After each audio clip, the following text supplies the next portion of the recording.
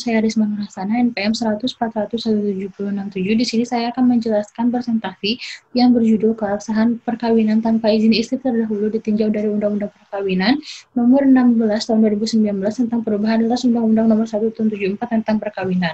Latar belakang penelitian, manusia sebagai makhluk sosial tidak akan bisa hidup sendiri, ia selalu mencari manusia lainnya untuk hidup bersama.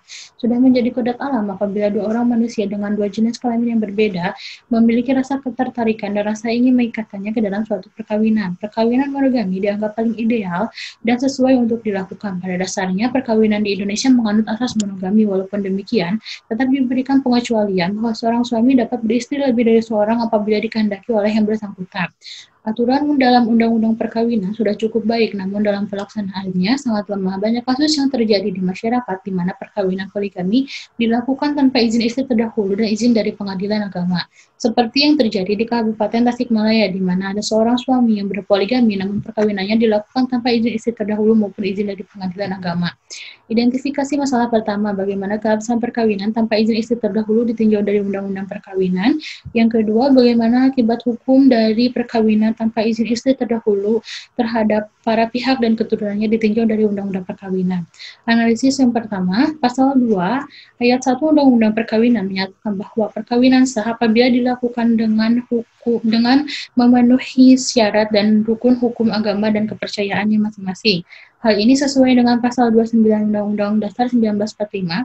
Pada kasus yang terjadi, poligami yang dilakukan tidak memenuhi alasan yang sesuai dengan ketentuan Pasal 4 Ayat 2. Ia melakukan poligami karena beranggapan bahwa poligami merupakan anjuran dan melakukan sunnah Nabi SAW. Anggapan seperti ini tidak dibenarkan. Poligami bukan merupakan anjuran, tetapi salah satu solusi yang diberikan kepada mereka yang sangat membutuhkan dan dalam keadaan memaksa, serta mampu memenuhi semua syaratnya. Praktek poligami yang sering terjadi di masyarakat, yaitu poligami yang dilakukan secara diam-diam tanpa melibatkan istri terdahulu. Apabila perkawinan dilakukan tanpa izin, maka perkawinannya tidak sah. Tidak mempunyai kekuatan hukum tetap. Dengan demikian, perkawinan itu dianggap tidak sah, sehingga tidak memiliki kekuatan hukum. Dapat ditarik kesimpulan bahwa seorang suami yang melakukan perkawinan tanpa izin istri terdahulu dan tanpa adanya izin dari pengadilan agama, maka perkawinannya tersebut dilakukan dengan perkawinan agama saja atau nikah siri. Dalam hal ini, suami tersebut telah melanggar Pasal 5 Ayat 1 Undang-Undang Perkawinan.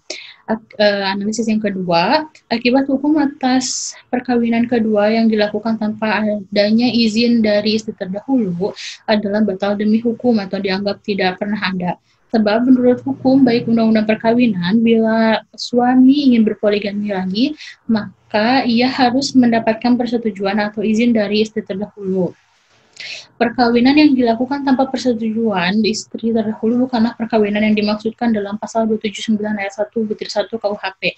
Karena perkawinan yang dilakukan tidak diakui oleh hukum negara. Apabila masih terikat perkawinan dengan yang lainnya dan kemudian melakukan perkawinan lagi secara siri dengan yang lainnya, maka pasal yang paling tepat untuk diterapkan itu adalah Pasal 284 Ayat 1 KUHP yang menyatakan diancam pidana paling lama 9 bulan. Perkawinan semacam itu adalah perzinahan. Pasal 42 ayat 3 dan 43 Undang-Undang Perkawinan menyebutkan bahwa anak yang sah adalah anak yang dilahirkan dalam suatu akibat yang sah. Anak yang dilahirkan di luar perkawinan hanya mempunyai hubungan perdata dengan ibunya dan keluarga ibunya saja. Akibat hukum atas perkawinan kedua yang dilakukan suami tanpa izin istri terdahulu yaitu cacat hukum sehingga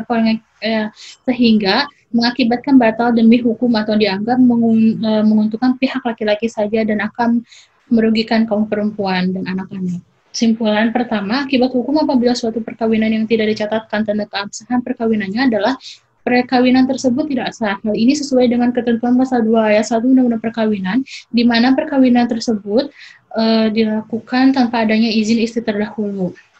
Perkawinan tanpa izin istri terdahulu tidak sesuai dengan rumusan pasal 279 KUHP ayat 1 butir 1. Unsur yang dimaksud pada pasal tersebut merujuk pada makna perkawinan yang sah menurut ketentuan hukum positif di Indonesia. Pasal yang lebih tepat untuk diterapkan yaitu pasal 284 ayat 1 butir 1 huruf A tentang perzinahan.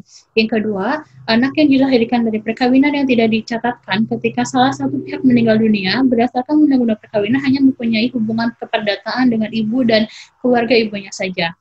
Saran yang pertama, untuk masyarakat diharapkan untuk mencatatkan perkawinannya di KUA selain secara tertib administrasi perkawinan dan menentukan sah di mata hukum perkawinan yang tidak dicatatkan tersebut juga memiliki dampak keabsahan perkawinan yang akan menimbulkan kerugian bagi istri dan anak yang dilahirkannya. Yang kedua, kepada masyarakat itu diharapkan untuk mencatatkan perkawinan agar dapat memberikan perlindungan hukum kepada pasangan suami istri dan memberikan perlindungan hukum bagi anak yang dilahirkan dari perkawinan tersebut. Sekian, terima kasih. Wassalamualaikum warahmatullahi wabarakatuh.